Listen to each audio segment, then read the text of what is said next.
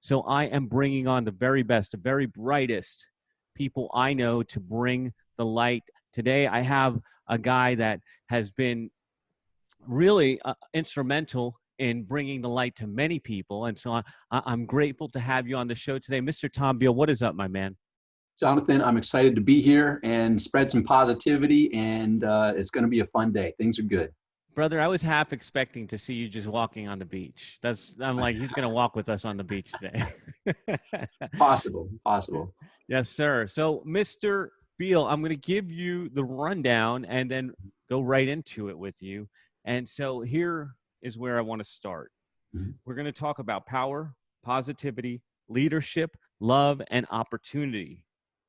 And the first thing I need to know, the first thing we all want to know, where do you draw your power from?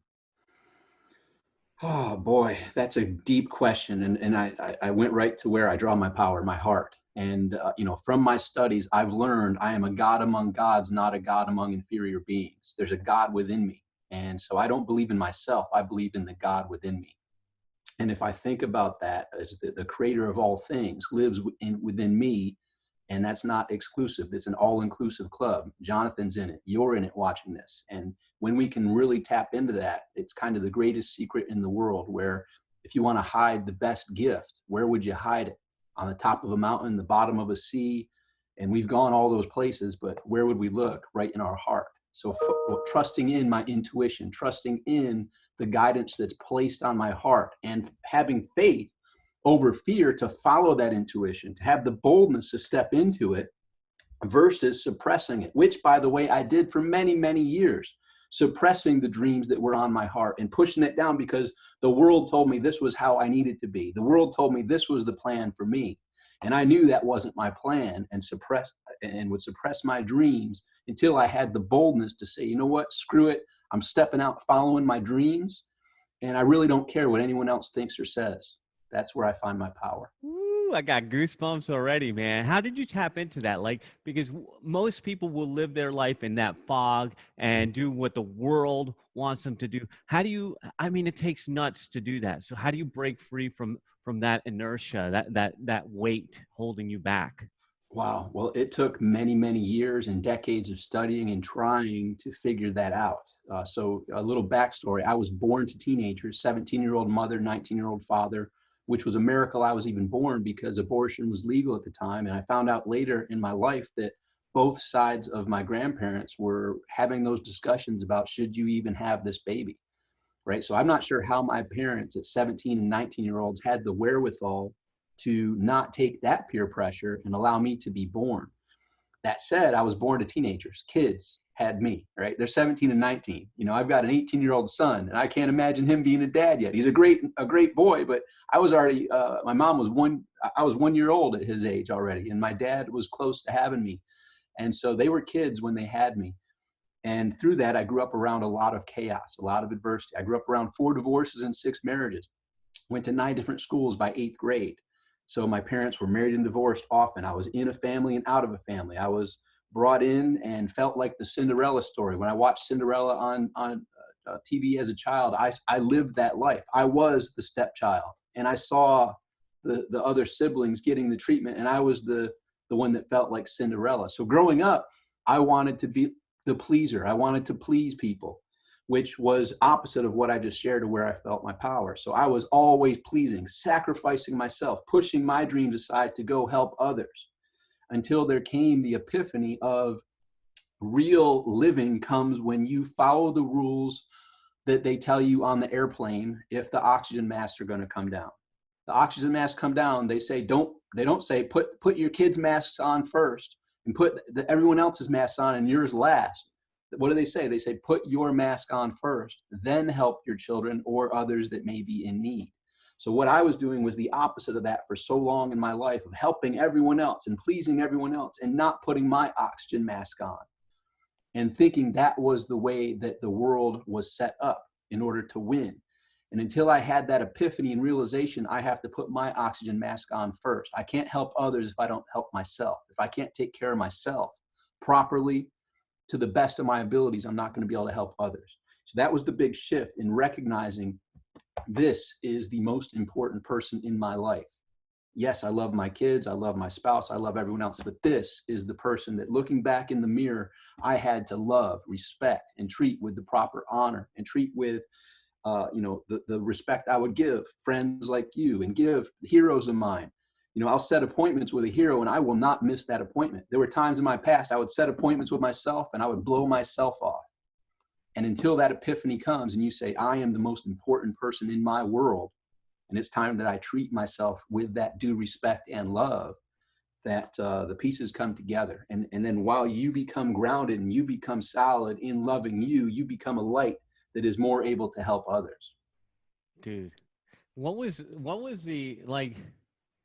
Was there like one point that you could say that was where I turned around and realized that I had to take care of me? Because we talk about this all the time. In fact, I quoted Jim Rohn yesterday, almost exactly what you said. You got to put your mask on first so you're strong to take care of everybody else. Mm-hmm. So was there a point that you could say right there was where I realized I'm going to take care of me first so that I could take care of everyone else? I wish I could say yes. The answer is no. It's been a cumulative effort. So it's kind of, I wouldn't change a thing. There's that old adage, if we could go back and change some things, even the ridiculous mistakes in hindsight that I can see I made that are just like, if I was there, I'd probably punch myself in the face. Like, dude, what are you thinking? What are you doing? This is the most stupid thing you could ever do. I did it. But I wouldn't want to change everything because everything unfolded perfectly in exactly the way it needed for me to become who I am today. So it was the cumulative, all of my experiences, my thoughts, words, actions led to the epiphany. And by the way, I became a serious student. Seek and you shall find. I was seeking hard. I was reading. I read or heard back in 1990 when I was selling Cutco cutlery. My sales manager was a big Zig Ziglar fan. So I tapped into Zig Ziglar and he changed my heart. He helped me understand just because my past was what it was didn't mean that had to be my future. I could actually set goals and change the path of my life. I never even knew that I had permission to do that. I thought I had to grow up. I had to live a life similar to how I grew up. Through Zig, he touched my heart. And that led to me saying, wow, if Zig, who I've never met, I've just read and listened to his audios and watched his videos, could touch my heart in that manner, wouldn't it be great one day if I could share my stories and share my experiences that could touch other people's hearts the way that Zig did mine? I was fortunate enough to spend time with him before he passed. The man is absolutely incredible, had a huge impact on my life. Another person that had a huge impact on my life that I also was able to spend time with was Tony Robbins.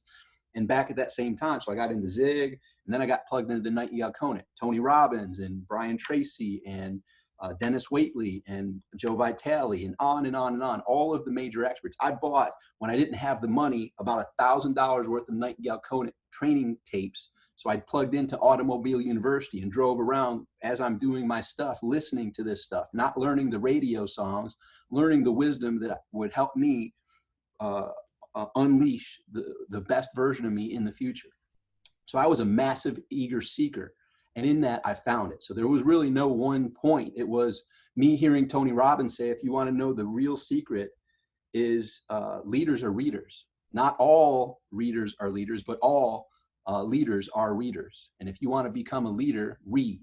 So I said, okay, if that's all it takes, I'm gonna get into reading. So I read a ridiculous amount of books. I listened to a ridiculous amount of audios, watched a ridiculous number of hours of videos, attended ridiculous number of live events, invested ridiculous numbers of money to find this search. And that's where it came from. So if the one thing, it was having the unquenchable thirst for seeking the answer to the things that I wanted to find answers to. Yeah. And so I want you guys listening to, you're going to have to rewind that and listen to it a couple times, because what happens here, and this could be your moment could be unfolding right in front of you right now, because it's the awareness that you don't have to follow those rules. And then Tom just laid out breadcrumbs for you of some of the best speakers in the world, and Nightingale Conant, top of my list. I still buy their programs today, and I was listening to Jim Rohn from Nightingale Conant today, because that's exactly, I'm looking for answers too. We never stop looking for answers. So gang, he just gave you the keys to freedom right there. The keys to freedom in 10 minutes of conversation. Rewind it, listen to it 10 times, and go on that path seeking answers. Let me So jump in. Nowadays, we don't have to invest thousands of dollars. We don't. I literally have invested hundreds of thousands of dollars traveling around. I was fortunate to meet Jim before he passed as well, and Zig before he passed. I've spent a week in Tony Robbins Island in Mali. I've hung out with my heroes, and funny enough, some of them have turned from heroes to now learning from me as well. It's a yin and yang type of flow. But the bottom line is, you can go to YouTube and search for Jim Rohn, and you'll find the Nightingale Conant courses that I paid money for, that you paid money for free on YouTube. And a little hint, you can go to the playback settings and play it at 2x speed, and an hour recording of Jim you can listen to in a half hour on YouTube for free. All it takes is the defining moment of you becoming curious and say, you know what? I know that I'm capable of more than what my life is reflecting right now. In my personal and professional life, I know I'm capable of more. There's a better version of me inside of this. And guess what? How many songs can you memorize and sing along with? You know, I can sing songs from the 70s, 80s, 90s, 2000s, all this. And I didn't study it. I didn't sit down and study lyrics. How did I get to learn them? From repetition. How can I share this knowledge with you? Because I was that student who was listening not to the songs, but listening to the songs of my soul that unleashed what I was capable of. So listening to it over and over and over again, good information in allows good information out. Garbage in, garbage out. If you're watching CNN and all this crap of fear, you're going to be fearful. Hello, it's a brainwashing system. We've been programmed. What do they call TV? In the TV guide, what do they call it? Programs. We've been programmed since childhood. Well, it's time to reprogram. Start plugging into courses like this. This little light that's going on a daily basis here is going to point you down the path to break out of fear and step into what is yours to be. You have a better version inside of you. You know it, I know it. And my belief is none of us ever even come close to tapping into the full potential that we have within ourselves. Dude, you don't even know how much I love everything you just said. And there's a running joke here at the house where I have daily programming time for both my wife and my son. And I read to them from Steve Seibold and different things. And I'm like, everybody else trying to program you, I'm going to put my programming in here so that we have at least one good influence. So let's talk about this. It's just like our phones. It's just like the updates. I mean, you're running the old operating system. The fear, we're born into this operating system, and regardless of what race and religion and where you are geographically born into, they have their own programs. And so you've been programmed by that, and you don't have to follow the program. You can update, you can upgrade your program and put yourself on a whole different path. Oh gosh, dude, so much there. So you've already touched on this, and this is one of the big topics here. And so and you're very conscious of this, and this is one of the reasons why I reached out to you. How do you stay positive? What do you do to keep a positive mindset? What do you do to stay in that positive place? I'm awake and breathing. I woke up today. There's 150,000 people that didn't wake up today. This is called the present. What else do we call a present? At Christmas, what do you get? A present. This is the present. This is the biggest gift in the world. Another day, another 24 hours, 150,000 people. Before all this crap, I think all this is a shell game of, I'd like to see the real data. There's been about 150,000 people that die every day. I think it's still the same. They're just renaming what people are passing of. Here's what they pass of. They stopped breathing. I'm still breathing. Breathing's my favorite thing to do, and I love doing it. I'm planning on doing it for decades more, but I also recognize I'm mortal and I have a last day. I've been at my father's and my mother's last day. My mother was diagnosed and gone of cancer at 52 in 2007. My dad was diagnosed and gone of cancer at 56, 2 years later in 2009. I had my near-death experience where I was walking towards the bright white light after a car accident wreck, right almost to the doors, the bright white light coming out with someone next to me where all the fear was gone. I said, stop. This isn't how it's supposed to end. I know you had more for me to accomplish. Send me back. This is my second chance. And I've learned since that near-death experience, I'm not fearful of death at all. That's part of what we do. We're fearful because we don't know. I know from my near-death experience, it's all good. I don't have anything to worry about. And here's my belief. I'm going to live until I'm immune to death until I'm not. And until I'm not, I'm going to freaking live. And I'm going to live what I feel is mine to do. I'm going to think, speak, and act. The only three things that I have control over are my thoughts, my words, and my actions. And I'm going to follow what the intuition does in my heart to answer the question, what's mine to do right now? Because there's power in the present moment. So how am I happy? How am I excited? I got another freaking day. This is a new present. This is a new gift. And I'm going to unwrap every single minute of it and do what's mine to do boldly, and hopefully spread some light, spread some joy in the process, which just comes as a nice byproduct after all of the the craziness I've been fortunate to live through. Love it, man. So let's talk about this. You are, uh, I mean, I've always known you. Some of the smartest guys I know have coached with you and have worked with you. And so you've always been a great leader. And I'm curious if your leadership style has changed at all and what might be different or how you're leading these days. The leadership style is the same. I mean, the funny part is a lot of my clients are very well known. They come to me and their goal initially is to dramatically and drastically grow their business results. And what happens is they become more connected with who they are in a holistic manner. And I help them untap the true joy of being as healthy as they possibly can be, being in the healthiest possible relationships they can be in, and having the healthy financial situation. So it's a mixture of three. The three, I call it my Trinity success method: health, relationships, finances. 2 out of 3 still suck. If you got great health and great finances, but your relationships suck, your kids hate you, your wife hates you, that's not a win. You need all three. And with health, it's not just health. First of all, success, everyone jumps to thinking it's money. My success is all three. And with health, first thing people jump to is your physical body. That's part of it. It's your mental, physical, emotional, and spiritual health. Because even if you have the greatest physical body, but you're emotionally screwed up or mentally screwed up, that's not a win either. So you got to have that balance in your health, your relationships, personally, professionally, and socially. You got to know who your people are, and you got to dedicate the most important asset to those relationships if you truly care, which is time. If you're not giving a relationship time, it's dying. And then with your finances, it's a continual journey of improving your today money. The bills come every 30 days, regardless if there's a pandemic or not. The bills still come. You got to do what you got to do to bring in what you can for the 30 days to remain in the most.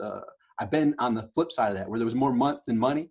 I'm not in the most creative state. You know, it's not the most creative state when you're like, oh crap, that sucks. So you got to do what you do to get your today money squared away, and put the plan in place for your tomorrow money, which are the larger projects beyond 30, 60, 90 days that have a high potential of getting you a nice win. And then you also can tie in contribution. The more you give, the more you get of your time, energy, and resources. I want to just ask you about that because I like that topic of the more you give, the more you get. Now, let me just ask you this, and I think I know the answer, but I want it out there. You don't give just to get, though, do you? No, you give with total detachment of any inkling of receiving anything. It's you do it just because that's what you feel is yours to do. It's not a weight of of the law of like, oh yeah, if I give, there's going to be some. How much ROI am I going to have in that? No, you follow your heart. And sometimes there can be someone asking for money on the street that sometimes you just feel something energetically. Does you know what? Normally I do, but you know at this time I'm going to pass. No thanks. It's in your power to discern in those moments when you want to give. And finances is one thing, but time, energy, an ear, so, you know, just giving your time and listening is a great gift to give people in this day and time as well. Let's talk about this, man. This is one of my favorite topics, and I know you come from a place of abundance. We can just feel it oozing off of you right now. So, right now, it's crazy out there, and I'm wondering, what opportunities do you love? What are you seeing that you love? What's on your radar right now? What I love is the fact that people are detaching from external satisfaction and going internal. Like with this time on people's hands and with this lockdown that's worldwide, people are cutting ties with the external, keeping up with the Joneses, keeping up with the Kardashians BS, you know, that thinking that happiness is the money or happiness is the car, or happiness is the house. Happiness is an inner job. It begins with you in the relationship, looking back in the mirror. And from there, how that deepens the relationships that are close to you. So I think this is a perfect time for people to step out of the rat race and step into what's truly important in life. And I think this is a big epiphany. So as an entrepreneur, how and where can you add value to people's lives? Like, where are they and where are they going? You are the Uber that helps them get there in your particular niche. You know, so whether you're in health, you're in relationships, your finances, or anything else that can serve your marketplace, the old adage is, how can you enter the conversation in their minds right now? What's going on in their minds? What are they thrilled about? What are they happy about? What are they scared about? What's keeping them up at night? And how can you be that person that can get them to where they want to go? the peace, the tranquility, the success, the weight loss, the healthy living, the amazing relationships, or the increase in the financial situation that you can provide with your products and service. So it's any opportunity in any point in time, you have to recognize who your people are and what the conversation is in their mind that's going on. And if you can be the person that can help them, see what you have to offer, and they're like, holy crap, that's exactly what I've been. If you can enter that conversation in their mind, they get what I'm going through, and sounds like the person I want to learn more about and connect with and use their products and services. And that goes back, and I want to point this out. If you guys aren't noticing the trend, it starts with you and how you feel inside and how you take care of yourself and how you show up in the world. That's going to be how you're going to tap into all these opportunities. And Tom's a master at that. So this is the biggie. You ready? You want to sit down? All right. A little bit crazy right now. Things are wonky. People will remember this time. When you're looking back 5 years from now on this time, how do you want to be remembered? I could kind of like not caring what anybody thinks. I don't really give a crap of what anyone remembers me of. I'm in the moment of doing what's mine to do, and what I would like to extend and possibly inspire people at this particular point. With this new chapter we've all entered, are you getting better or worse in your health? Better or worse in your relationships? Better or worse in your financial situation? So let's use the example of health. So for a while, I found myself eating. I'm more of an intentional eater by choice, but I noticed myself at the cupboard in the fridge more often because of emotions, because of boredom, because of laziness and convenience. So I said, you know what, I'm going to run a test. So starting on April 20th, I ran a test, and the test was to intentionally eat and put good things in my body. Lots of water, lots of fruits, lots of vegetables. And I haven't eaten that much since the April 20th, but I went from 169 pounds, which still was a healthy weight for me, to down to 152. And this morning I was 153, and I'm still continuing on this test. Yes. So and by the way, I walk, and that's my workout. I walk, probably an hour and a half, 2 hours a day.